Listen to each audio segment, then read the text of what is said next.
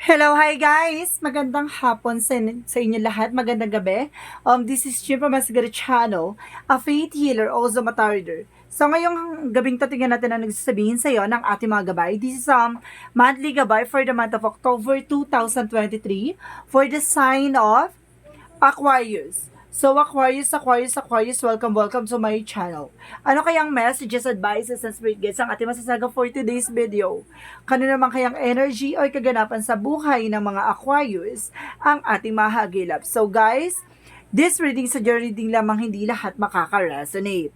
Kunin lamang po makaka-relate sa inyo and comment down below kung kaninong energy ang ating nasagap. And of course, don't forget to like and subscribe my channel and hit notification bell for more videos updates. Sa mga hindi pa po nakakapag-subscribe sa aking channel, please click nyo na po ang subscribe button dyan sa baba for all bell para updated kayo sa mga videos na i-upload natin every time in every moment. So guys, kumapit-kapit ka dahil ito na mensahe sa'yo ng ating mga gabay for the month of October 2023 for the sign of Aquarius.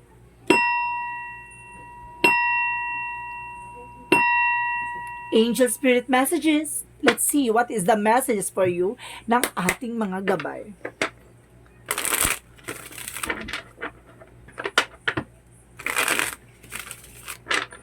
Shuffle lang natin ang very light hati ha. Angel Spirit, please give me information for the sign of Aquarius. There's a death card, there's an ending and a new beginning, no? There's a transformation. May mga tatapos at may magsisimula na panibagong chapter. And of course, parang may sinasabi sa akin dito, merong mga yumao mong mahal sa buhay. No? Meron ditong, meron kayong mga na namatay na mahal sa buhay, no, with the death card. And of course, there's a 7 of Wands. Sinasabi sa'yo dito, guys, na there's a protection, no? Protectionan nyo yung sarili nyo. At protectionan nyo yung growth mo. At protectionan mo ang territory mo. Well, let's see what is additional messages. At the same time, there's the lovers, no? Kumbaga, some of you, there's a lovers here na involved. At the same time, there's a higher fund, there's a lesson learned. And of course, there's a separation, no? Nagkaroon ng separation. Nagkaroon ng hiwalayan or nagkaroon ng annulment or something, no? So, there's an education from the past. At the same time, there's a magician, no? There's a magic involved. Let's see, what is additional messages?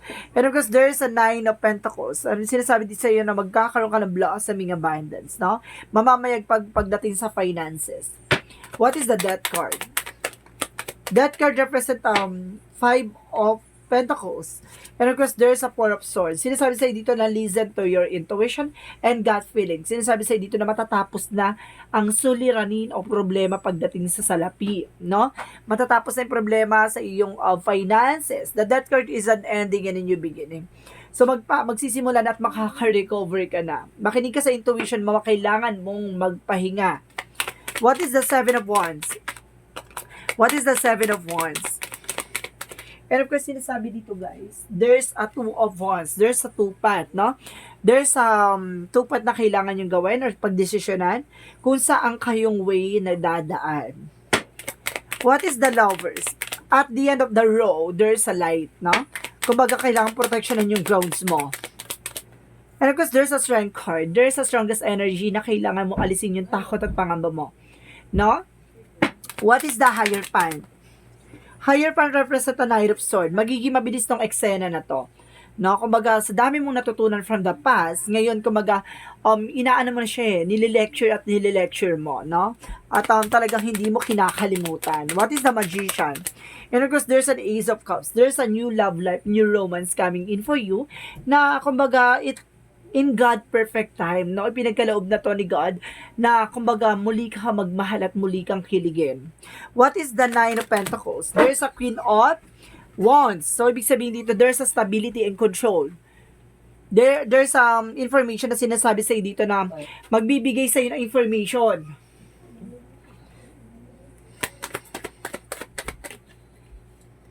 Kunin mo na dun sa bag. What is the Death card in the 5 of Pentacles and the 4 of Swords? There's the Moon card. There's an revelations, no? May revelation dito na sinasabi dito na, kumbaga, marami kang malalaman at marami kang matutuklasan, 'di ba?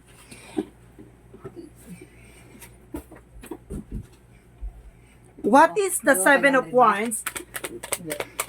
What is the Seven of Wands and the Two of Wands?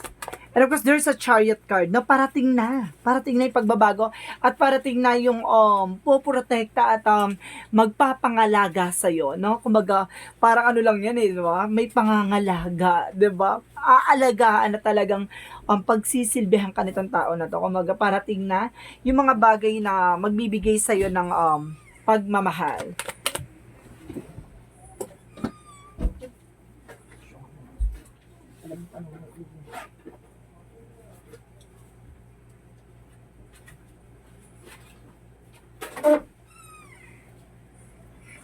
What is the Lovers and the Strength card?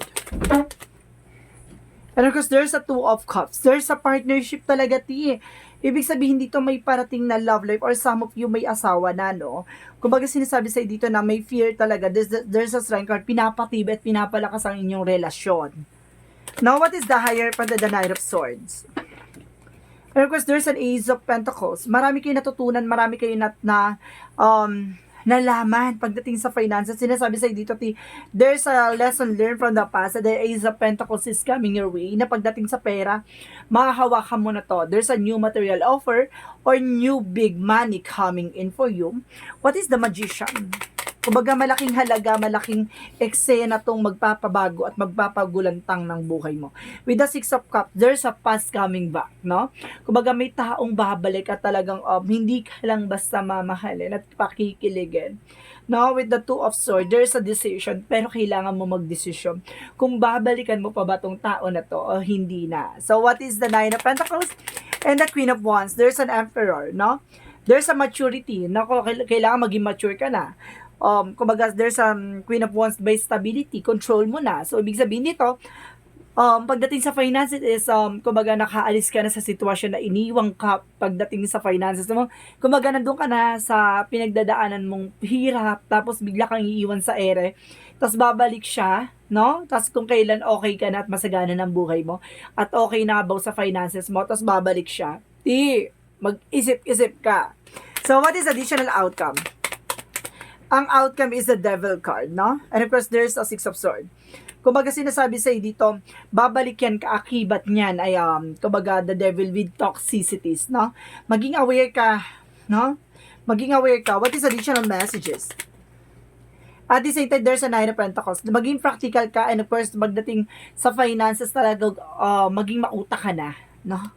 So, let's see what is the additional messages for Love Oracle card. For Love Oracle card represent Angel Spirit Guides.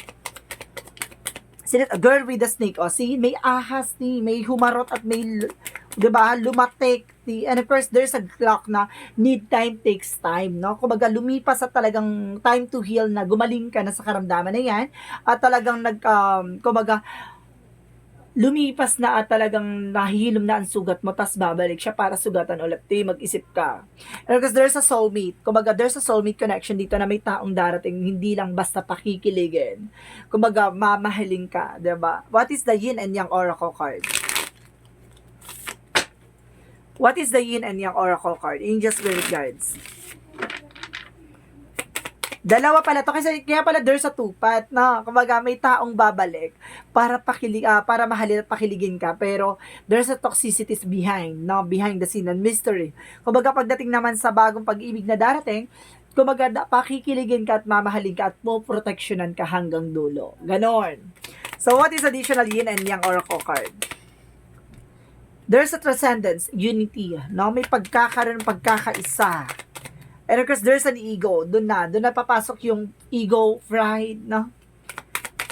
At the same time, there's a memories. I told you, there's a memories. Kumbaga, may mga nakaraan kayo, may mga pinagdaanan, may mga nakalipas, no? Na alaala, no? Yun ba yung magsisilbing bangungot mo? O magsisilbing kumbaga kaligayahan mo sa nakaraan o bangungot ng nakaraan? What is Archangel Raphael? Prayer works, no? Kumbaga sinasabi ni Archangel Raphael na prayer works, na pag hilingin mo sa kanya na pagalingin ka sa lahat ng karamdaman na nararamdaman mo, sa sakit at kirot, no? Sa bangungot ng nakaraan. So let's see what is additional messages. What is additional messages? And of course, sinasabi dito, environmentalism. Na kumbaga sinasabi sa'yo dito, there's an earth sign na sinasabi sa'yo na napaka-nurtured and protected itong tao na to. May earth sign na ako nakikita It's a Capricorn, Taurus, Virgo. And then, of course, there's a strength card. There's a strongest energy na sinasabi dito, lakasan mo ang loob mo at tibayan mo ang loob mo. And of course, there's a career change, no? May mga bagay na kailangan mo ng baguhin. No, yung ways, yung trabaho mo, yung ginagawa mo, kumbaga kailangan mo magbago ng eksena. So, what is additional messages?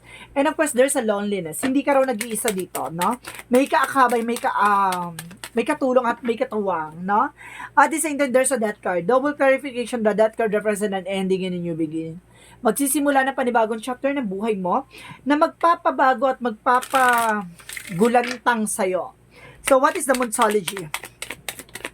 So, step out of your comfort zone, no? Kailangan mong kumawala sa comfort zone mo para kinakatakutan or bangungot ng nakaraan. Or sinasabi ng have faith in your dreams. Magtiwala ka sa pangarap at talagang gusto mong gawin sa buhay mo. And of course, luck is in your side. Wow! Ang swerte ay nasa tabi mo. Kumapit ka. So, what is the chakra?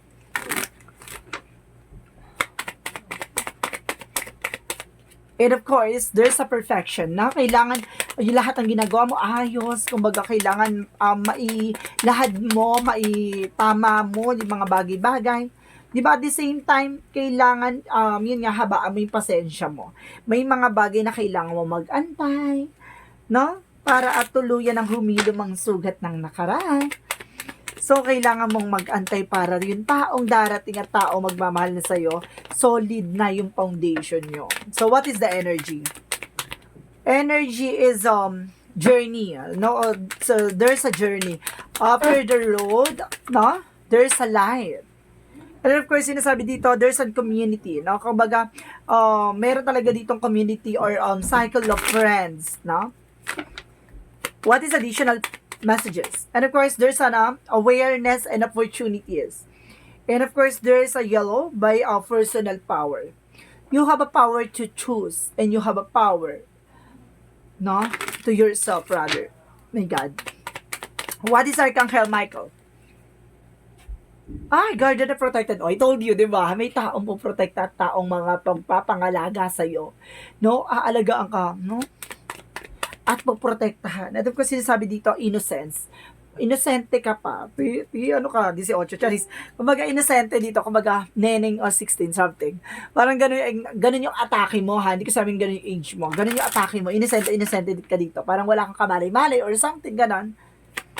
So, what is the Romance Angels?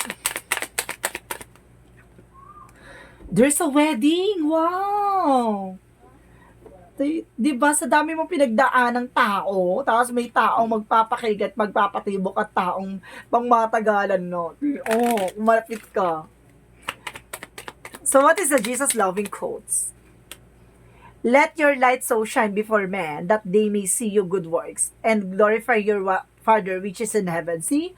Kumbaga, hayaan mong kuminang ka. Hayaan mong may taong makatuklas sa'yo o may taong makakita ng kahalagahan mo. Kasi ang kahalagahan mo, yung mga bagay na kaya mong gawin, hindi nila makikita sa iba. Yan ang magsisilbing, kumbaga, uniqueness or signature mo or yung putahe mo, gano'n. Kumbaga, hindi ka nila makikita sa ibang tao. You have a own personality and own uniqueness. No? Let's see what is the messages of Angel's number. Angel's number. There's a 3. I am charismatic. Malakas yung charisma dito, T. Expressions comes naturally to you. You are very skilled in communicating your thoughts through conversations and creative pursuits. You are able to get others on board with your ideas. So, di ba, kaya mong atakihin sila sa gano'ng eksena. Kaya mong, parang, nagsasalita ka palang hinaharot mo na sila. Parang gano'n. Kung madali kang makaakit or makakuha ng mga clients or customers or either tao, no? Kumbaga, mabilis ka attach or ma-attach tayo yung tao, 'di ba? Ganun yung atake mo dito, team. So, what is the messages? Wala akong ano dito, guys, ha? Wala akong gender preferences na sinasabi. It's either girl, boy, or anything gender, no? So, what is additional messages? And of course, there is a remain in the light. Today I observe, I take to think calmly and wisely. I go forward with conflict confidence, knowing I will succeed no matter what happened today. I will remain in the light. I will maintain my faith and equilibrium. In this way, I nurture my soul and become a strong and steady representative of the light. No?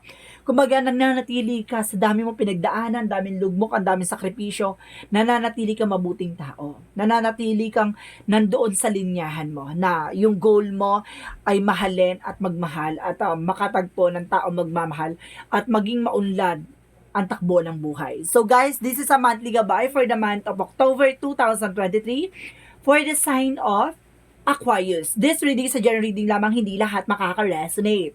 Kung hindi lamang pa makaka-relate sa inyo, comment down below kung kaninong energy ang ating nasagap. Maraming salamat guys and see you in the next video. Bye-bye and babush!